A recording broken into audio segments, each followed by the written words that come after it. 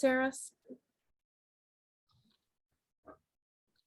Thanks, Becky. Hello, everybody. It's great to see you. It's really nice to see people from across the affiliate, people that don't get to see one another very often. So I appreciate you all joining.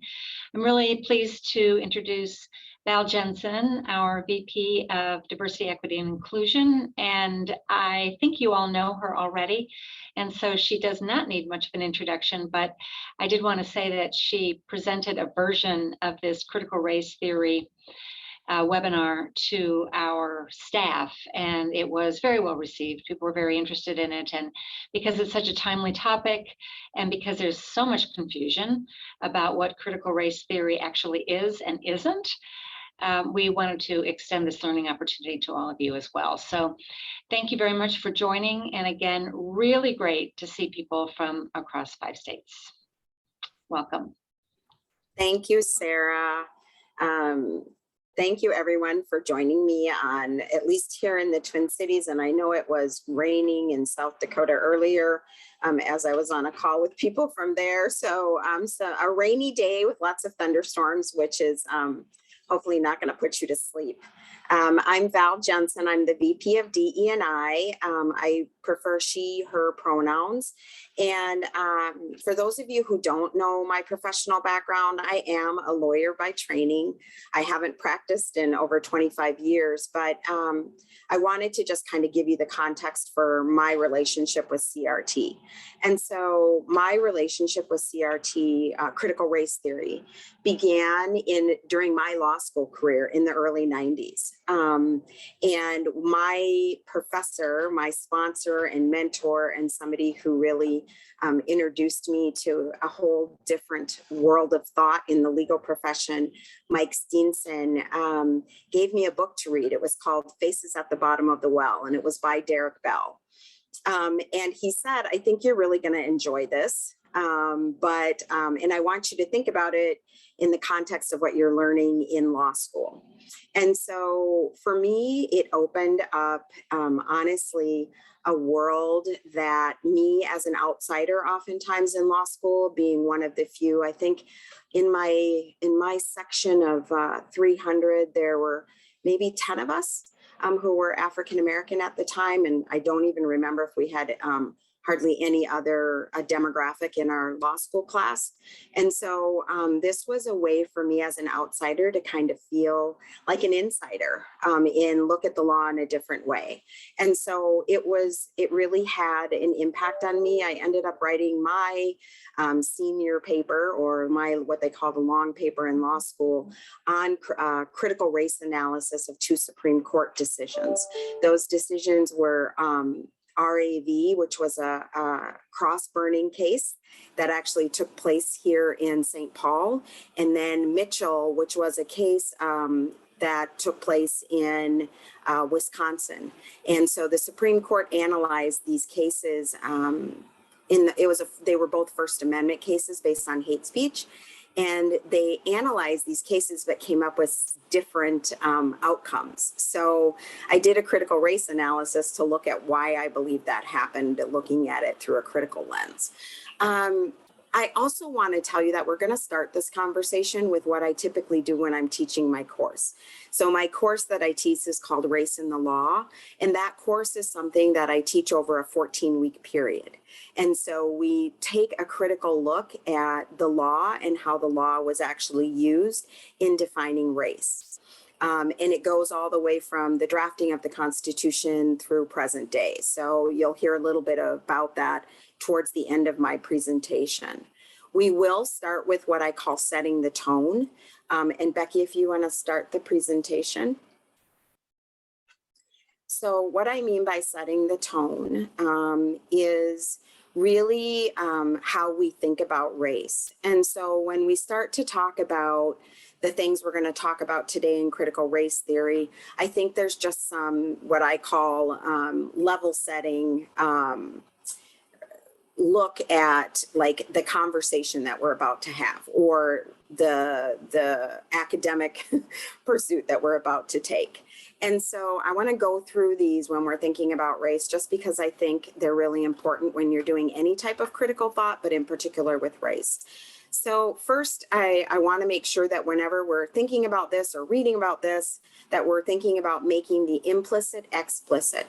Look for the assumptions underlying discussions about race and state them. These are some of the things that I think are critical in having any conversation on race, but in particular when we're thinking about critical race theory, and as you're going to hear from me, how it's been kind of twisted and turned into something that it's actually not, I believe is not. Look for the hidden norm. I think this is really important because what perspective is being universalized as the perspective for all people can impact how you view laws, policies, and any of the work or reading that we're going to talk about. This is a really big one for me because I think it really sets the tone for how we need to have these conversations, is to avoid we, they thinking. Who is defining the included we, and for what purpose? So when we're thinking of a collective, who is the collective we? And, and oftentimes, I think when we get into these conversations, and I think you'll agree with me that right now there's a lot of we, they thinking, and how that binary thinking can impact how we're able to have these conversations across differences. Remember context, and I'm going to come back to this a couple different times because it's really one of the founding reasons for critical race theory is that people do not live in the abstract. They live in situated lives. And so I think this is so critical when we start to think about the impact that laws and policies have, right? People don't oftentimes understand the abstract, and they live in situated lives and want to know how this impacts them today. And we'll talk about that in some of the conversations that are going on around the country.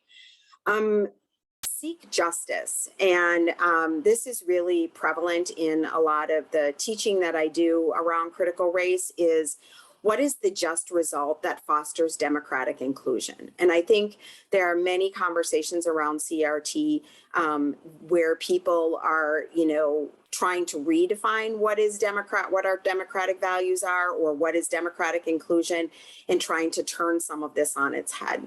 Next slide, Becky.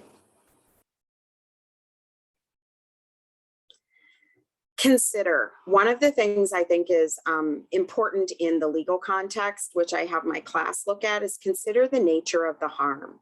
And what I mean by that is in constitutional law, there is a lot of work where you look at the impact that the law is going to have, right? And that is how a lot of these laws are examined.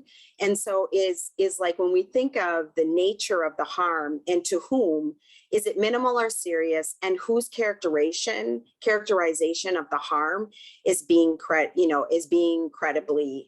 considered credible. One of the things that I think is important with this in particular, right, is the real tension around this particular thing. Who's harmed? Who's going to be harmed by the use of potentially critical race theory and analysis?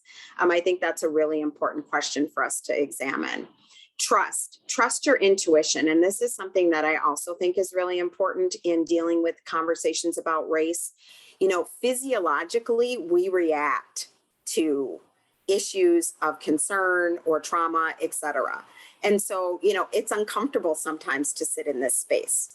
And so trust your intuition in the sense of what your body's telling you, because that helps you to really determine the harm and the potential harm, but also like, why are you feeling uncomfortable, and helps you to kind of challenge your own unconscious biases.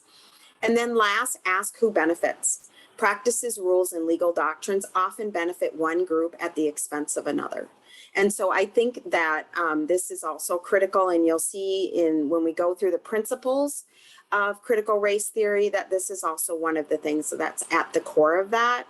I'm reading some of this because I think this slide is easier to read, but sometimes there's text or data or text or information that might not be as easy for you to see. So I'm reading through some of these slides to make sure we understand what is inside the slide. Next, Becky.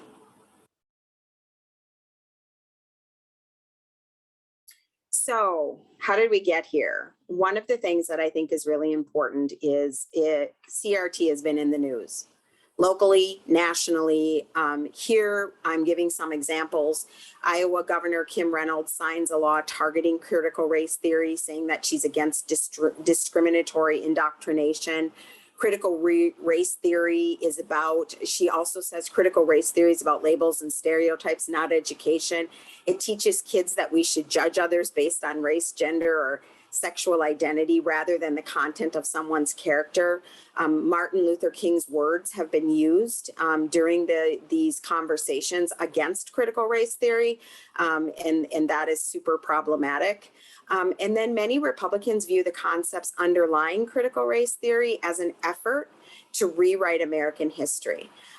Throughout my teaching of critical race theory, whether it was a seminar for lawyers or a continuing legal education or with law students, I have had people explicitly call me out saying that I'm trying to rewrite American history and that this is revisionist history, right? So it's a very, I've been called out numerous times on this, and that basically the thought that this is inherently racist and that, that white people are inherently racist and should feel guilty because of these advantages.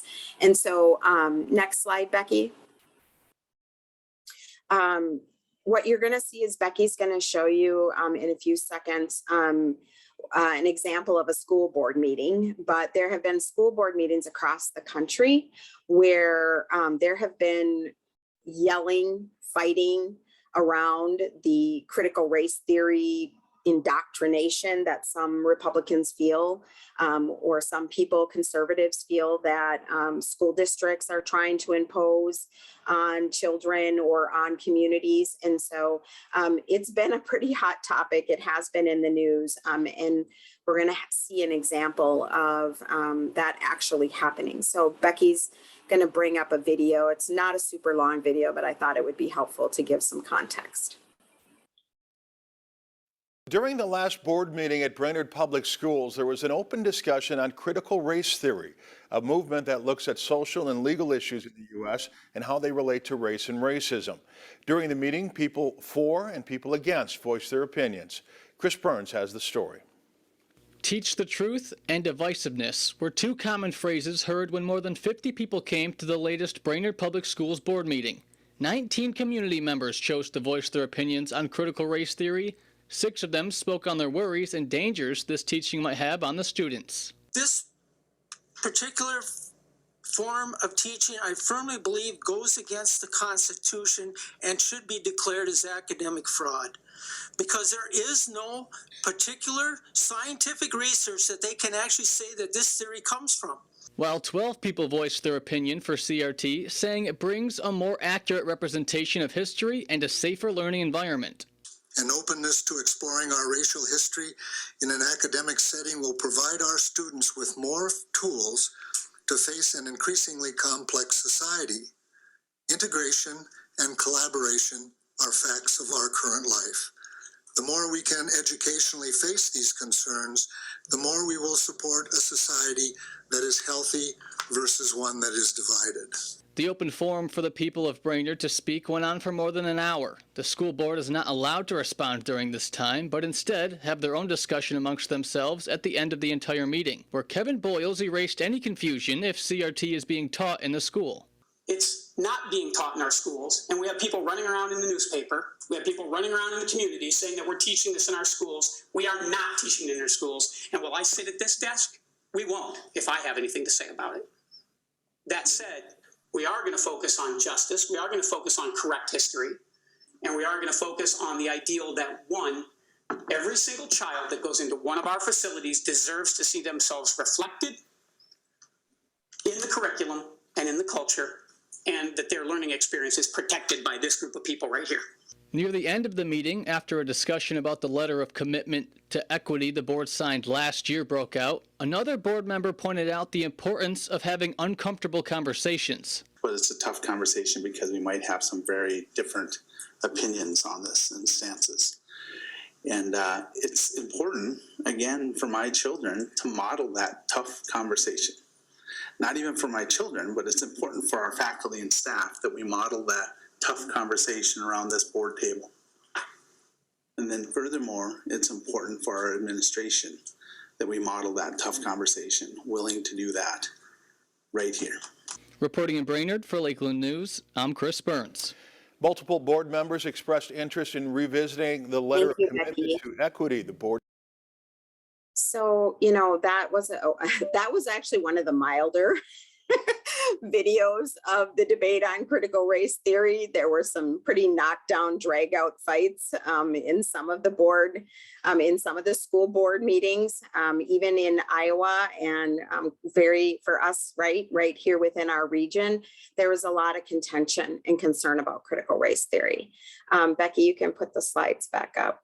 Thank you. One of the things that I think is really important in our conversations around this is, I think that the question that comes to play in a lot of this is, what is American history, right? So how do these current pictures, I don't know, you can see some of them, but there's a weird like block in the middle. I don't know what's going on with that. Anyway, thank you. How does culture impact our biases? And then how does culture impact how we view history? Next slide, Becky.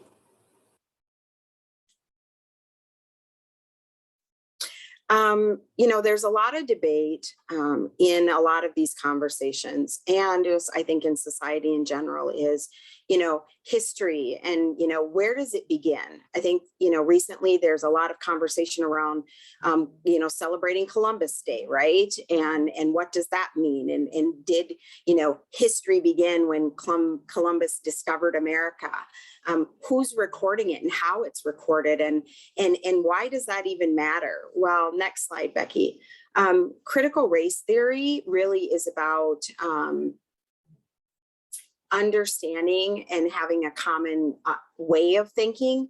And I want to point out that critical thinking, which is based on an objective analysis and evaluation of an issue in order to form a judgment, is really what critical race theory is based on. It's a critical look and at what we believe are laws, policies, etc. And good critical thinkers are able to really draw reasonable conclusions from the information that they're given.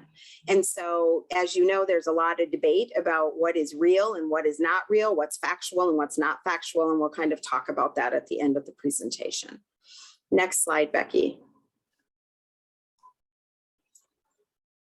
So as you heard in the video from Bemidji, right, what critical race theory is not, and this is in a training by the American Bar Association, it is not a diversity and inclusion training, but it's a practice of interrogating the role of law and racism in society that emerged in the legal academy and then spread to other fields of scholarship. Next slide, Becky. It is also not part of a standardized curriculum. So you can go to the next slide, Becky. Critical race theory came out of the legal profession. And it came out it started in the 70s and 80s by professors Derek Bell, Kimberly Crenshaw, Richard Delgado, and many others. It critiques how the social construction of race and institutionalized racism perpetuate a racial caste system and relegates people of color to the bottom tiers. CRT also recognizes that it intersects with many other identities, and I'm going to talk about that. But it really did start with many African-American professors, law professors, beginning to challenge the narrative that the laws that we had on their face are just and equal. And so one of the things that I think is really important in understanding critical race theory is that it was considered at the time what they called outsider jurisprudence. And so was really by academia, legal academics, was really considered not a real theory when it began in the 70s and 80s. Next slide, Becky.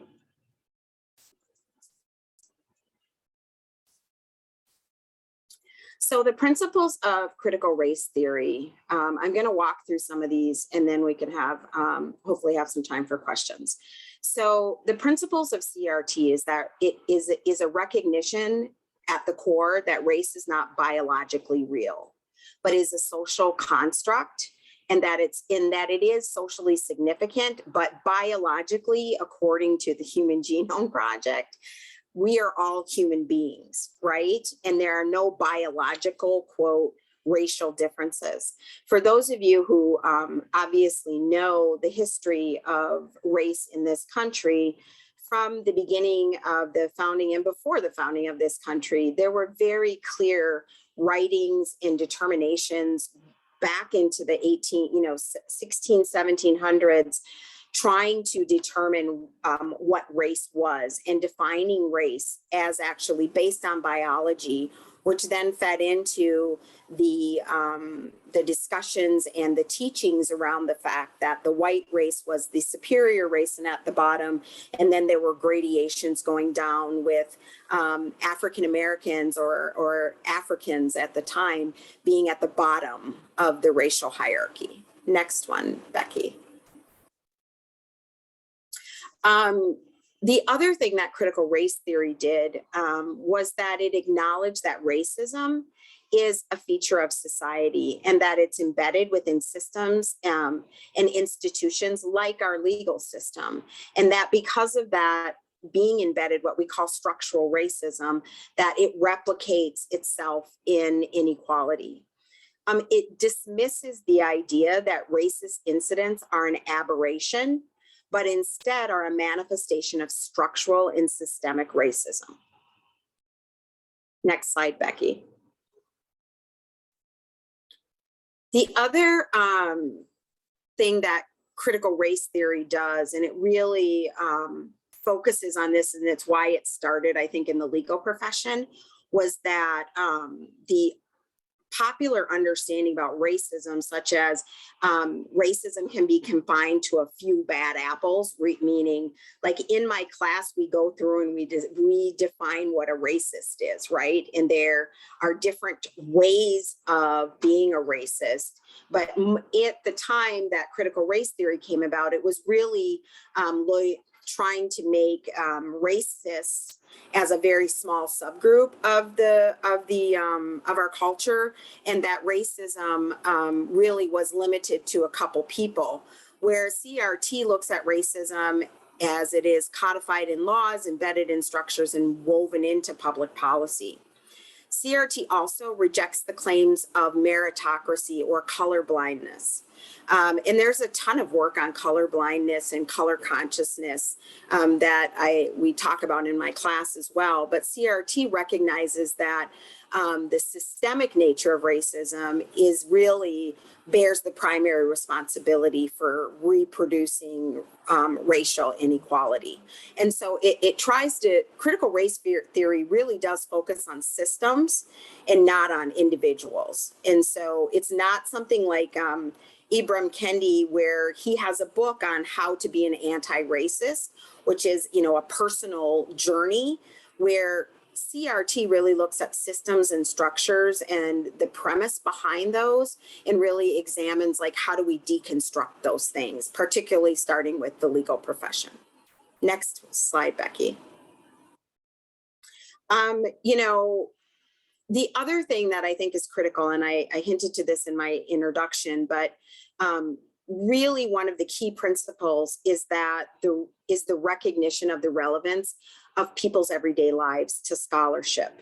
And it includes embracing the lived experiences of people of color, including those preserved through storytelling, rejecting deficit-informed research that excludes the epistemologies of people of color. So critical race theory was, again, it's like, as outsiders, quote, of the culture, critical race theory wanted to center on the lived experiences and to bring into the conversations the lived experiences of more diverse people within the within our country. Next slide, Becky. CRT is really intended to kind of it has turned into, thank goodness, and transcends kind of a black-white racial binary. And and recognizes that racism has impacted the experiences of various people of color, including Latinx, Native Americans, and Asian Americans. It's also as a result of, I think it's expanded. And so you've got Lat Crit, you've got Tribal Crit, you've got Asian CRT. They've all emerged out of this critical race theory. And these different branches then seek to kind of examine the specific experience of different oppressed people. This book was written quite a little while ago, but it was very groundbreaking when it was written by Kenji Yoshino. And he really looks at covering and how people have to show up at work or show up in academia as not their full selves, and how that costs.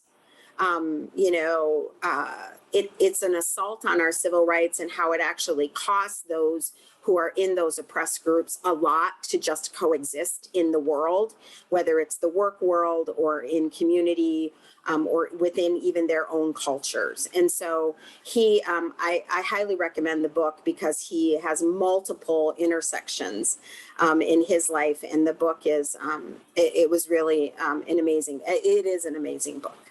Next slide, Becky. The other thing that I really wanted to focus on, because it is something that for my students in my class, it is always the first time that they've ever heard of this. And I think it's really important. Becky, there's still that weird thing there. I don't know. So people can't really see that. But there's a key civil rights case that happened that I think really little or nobody knows about. And the case is called Hernandez v. Texas. It was a case that was decided 2 weeks prior to Brown v. Board of Education in 1954.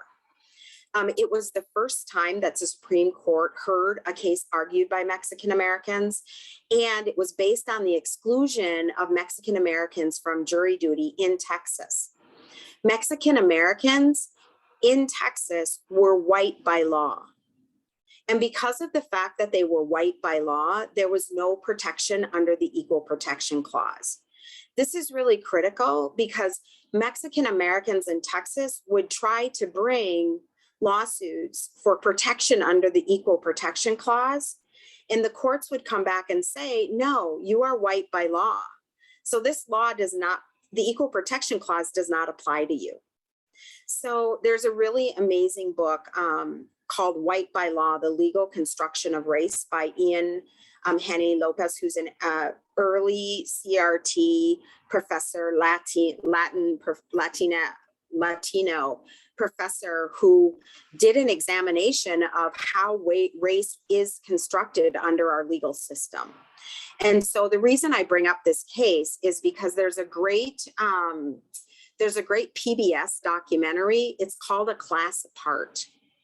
And this PBS documentary goes through and outlines this landmark case. And it is such an impactful documentary in understanding the complexity of race in our country, and also the history of Mexican Americans and their unique relationship in our country because of the fact of the Mexican American War and Texas and Arizona and states actually being part of Mexico that then were annexed and became part of the United States, and the promises that were made to those Mexicans when that happened. In the Treaty of Guadalupe, there are specific provisions in there that say Mexicans are white. There are also provisions in there that say Mexicans are citizens. And so there's a lot of really good case law out there that really looks at how Mexican Americans became brown and how they gained equal protection under the law. And this key case was part of that. It was overshadowed by Brown v. Board of Education, but the NAACP had been before the Supreme Court before. Mexican Americans had never been. And if you watch the PBS documentary, you'll be shocked. Not shocked, but interested by the comments from the Supreme Court justices and the language they use to refer to Mexican Americans. Next slide, please. So, what were why did critical race theory start, right? What were they tired? They were tired of the predominance of curriculum that excludes the history and lived experiences of Americans of color and imposes a dominant white narrative of history. And so I use these signs because these are signs that were used during different times in our history. The name of the book by Kenji is Covering. That's the title of the book. And so as you can see here, no Negroes, dogs, or Mexicans. These were signs in Texas and all over the South and Southwest. And so Mexicans were like, okay, you say we're white, but we're excluded, we're segregated, they weren't even allowed to bury white service members Mexican service members in white cemeteries. And so, there was this, okay, we're white, but we're not really white. We don't have that. And the documentary, sorry, oh, thanks, Sarah, is a class apart. Next slide. So I want to leave. I don't know if I left time for questions. I think I did. Oh, I got through this one much faster than I did my other one. Maybe it's because it's the second time that I'm doing this. But my final thoughts on this are, CRT has been hijacked. And I think the reason it's been hijacked is because of the name and actually how complex it is, right? It is a very critical thought, to be honest, in this country, I think is under attack in general. And then something that calls critical race theory, where you can pull out quotes from critical race theorists that are taken, out of some writings that they've done that does talk about racism and racism as a permanent feature of American society, and that can be taken then and twisted.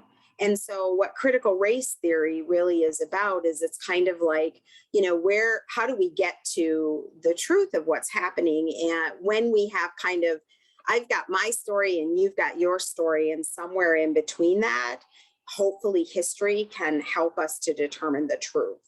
And so, like I said, it's something that I continue to read up on. It's something that I honestly use my critical thought that I was taught in law school in pretty much every aspect of the work I do in DE&I.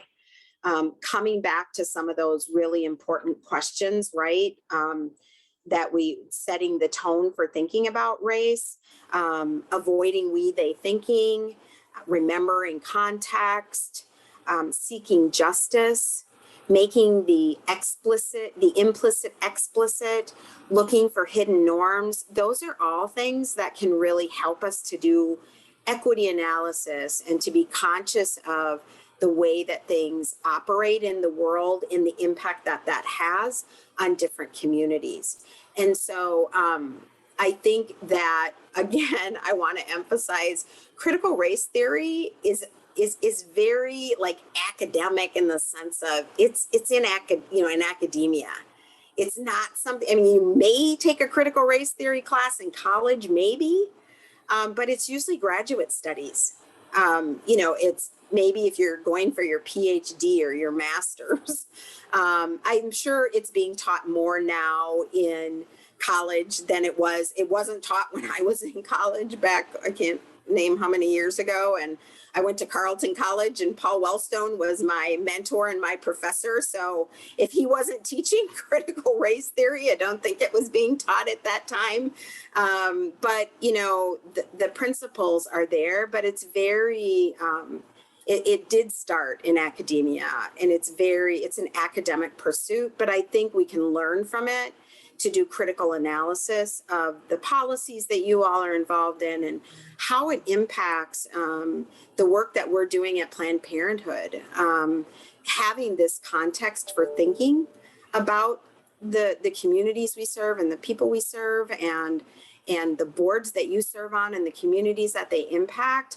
I feel like a lot of the tenets of critical thinking can really be helpful in the work that we do and setting policy and advocating and thinking about how we can change the narrative for the communities and the people that we serve.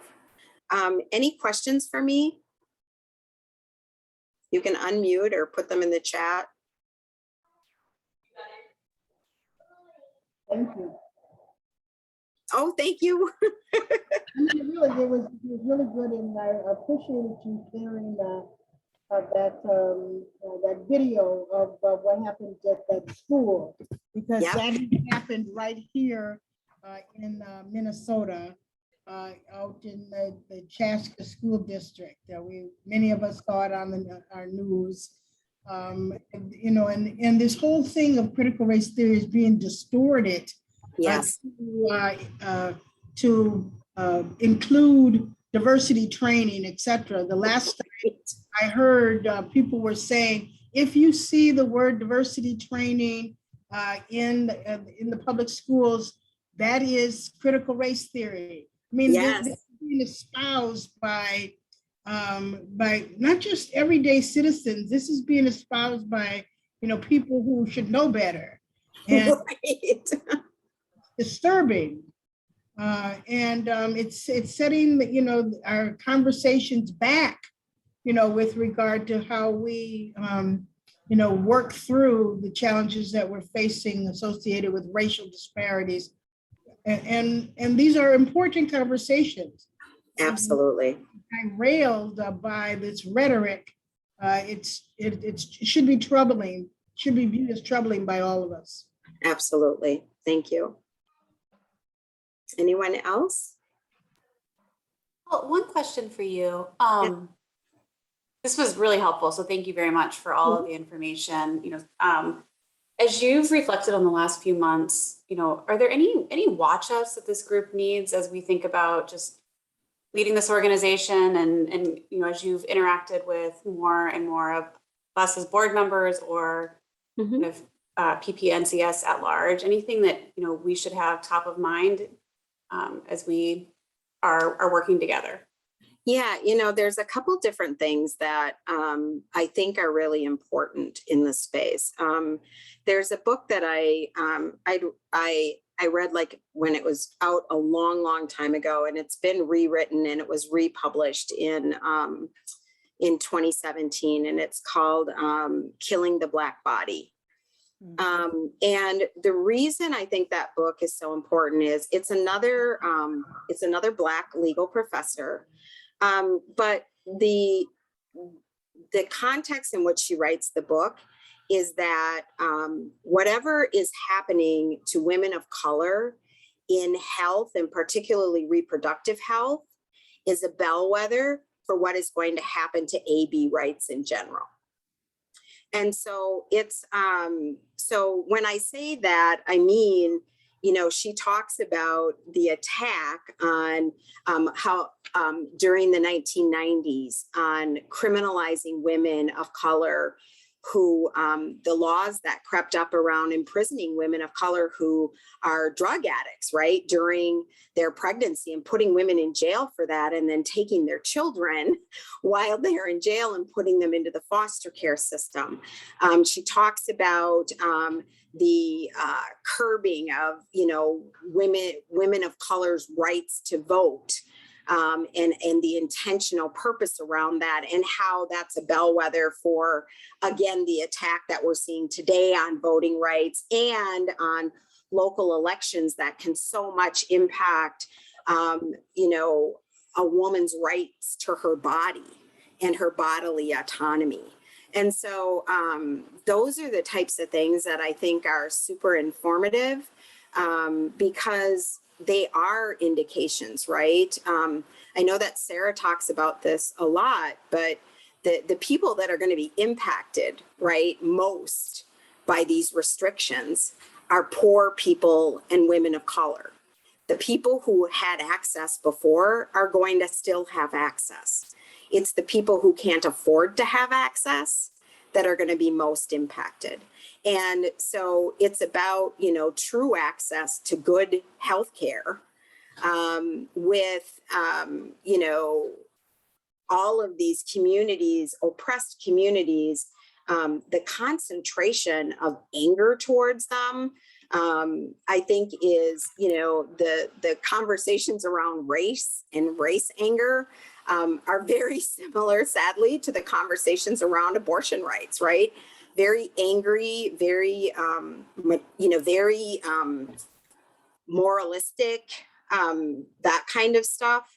And so anyway, that's the kind of, I think that CRT, and somebody mentioned this during, I was on a call with PPFA, other DEI professionals through PPFA. And there were several DEI practitioners who were like, I'm really worried about CRT and how that's going to impact us. Because the arguments around CRT are arguments that people could start to use against us in our spaces. And I was like, oh, that's so interesting, because we're having those fights right at PPNCS. We have states trying to ban critical race theory. We have states trying. So those are, you know, like indicators of where some of this stuff is going, and how vigilant and organized the opposition is in this space. And people don't know what it is. They really don't understand it. And so it's easy to use something that people really don't have a background in as a weapon, and to distort it and use it against the people that it's actually designed to protect. Any other comments? Questions? One of the things I did want to let you know, and as soon as we, you know, figure this out, but the DEI team is putting together a list of readings as resources. And there are some really good books on that list that I think the board would also really enjoy reading, because they're in this space, but they're a really good spectrum of different analysis around race, conversations around race, theories, implementation, all of those things. And we're starting a book club with our DEI team, where we're going to pick from that list, and then as a team really dissect one of the readings, and really, you know, have some difficult conversations around those readings, so that we can be practicing what we preach. Sharon? You know, hi, I especially wanted to thank you for the presentation and including the issues with regard to other communities of color, because so much the conversation focuses on the Black-white construct. Yes. And I think it's really helpful to know that these resources are available that bring the Asian community, the Latino community to the conversation, because this is, you know, it's bigger than just, you know, black and white. Absolutely. And it also helps people understand why coalitions of communities of color are coming together, because they've got this common experience. And so I wanted to acknowledge that. I mean, a lot of my other friends of color, you know, are often talking about the fact that there are many oppressed people, and there are behaviors and actions that have been taken against all of us as a group. And these things also have to be surfaced, because when we're looking for remedy and reconciliation, et cetera, the reconciliation needs to be broad. Absolutely. I totally agree. And one of the things that I also think is important for PPNCS is that critical race theory, the book Covering by Kenji is a book about the intersectionality for him as an Asian person, as a person of color in general, but also as an LGBTQIA+ person. And so that intersection of oppression and how that can be multiplied, there's a lot of work in a lot of these communities, particularly the Asian and Latinx community, around that intersectionality and the multiple layers of oppression and how you can't pick one over the other in order to be a whole person. And so that's why that book, when it came out, was really revolutionary at the time, because he was coming at it from, a personal but academic perspective as well. And covering is something that we all actually do at certain times in our lives. He talks about covering our religion, right? Depending on where you're at, if it's okay to talk about your religion and to be a person of faith. He talks about, obviously LGBTQIA+ and whether there are safe environments for that. I mean, there's so many things that he talks about that, people are like, wow, that resonates with me, because can I really bring my full authentic self to work? And that's what we want to be able to build, is a truly inclusive environment where everybody is not only at the table, but heard and seen and considered a critical partner. And so CRT did that very early on by bringing on, Ian Lopez, who did this amazing analysis and the history of Mexican Americans in this country and the uniqueness of that history, because we tend to racialize groups. And one of the things I teach in my class is the diversity within diversity of all our communities, of our Asian communities, of our Latina and Latino communities, of even our Black community. We are not a monolith, right? The differences, my husband is African, and I can tell you he has certain opinions about West Africans versus the rest of Africans, right? And of course, West Africans are the best. So he has his own opinions about that. But just the diversity within diversity of our communities is critical, and critical race theory takes a lot of that into accountability with all of the multiple layers of our communities of color. I'm sorry, did someone put something in the chat? I missed that. Oh. Yeah, we have. Hi, Val, it's Tracy. I just had a quick Hi. question. I had my hands raised. This is a great presentation. Thank you so much. I just wanted to say briefly, I think it's really important for us collectively as a board to look at the things that you mentioned, particularly, for instance, covering. We have to start thinking about, people cover with disabilities.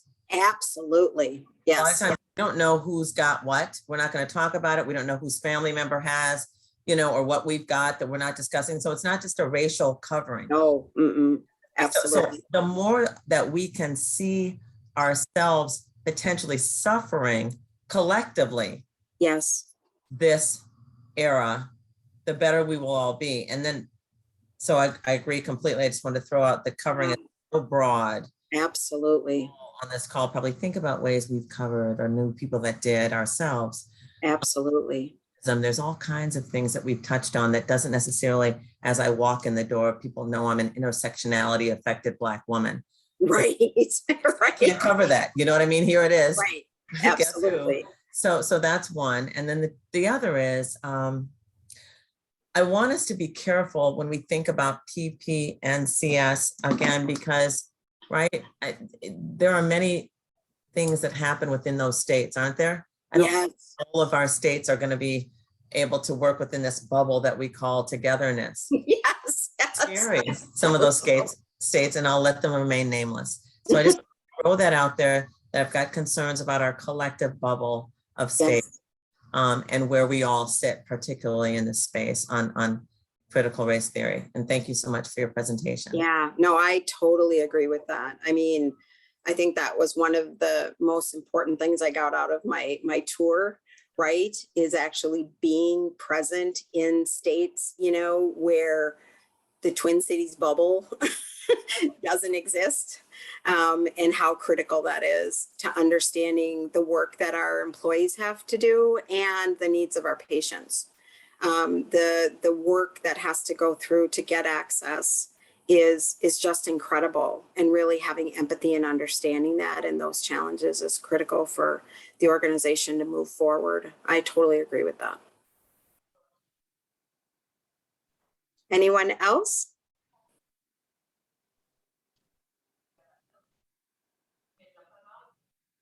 If not, I think we're done. Al, thank you. Thank you very much. And also thank everybody for joining. It was really great to have people from all of our boards on this Zoom today. So it wasn't just the PPNCS board. It was every board that we have, I think, is now represented on this in this gathering today. And I really appreciate a chance to come together as a community across Planned Parenthood in 5 states and within all of our different governance structures and have this conversation. And thank you very much, Val, for leading us through this and for your work. And thank you to all of you for leading also. Thank you. Have a good night. Thank you, Val. Thank you, Bye. everybody.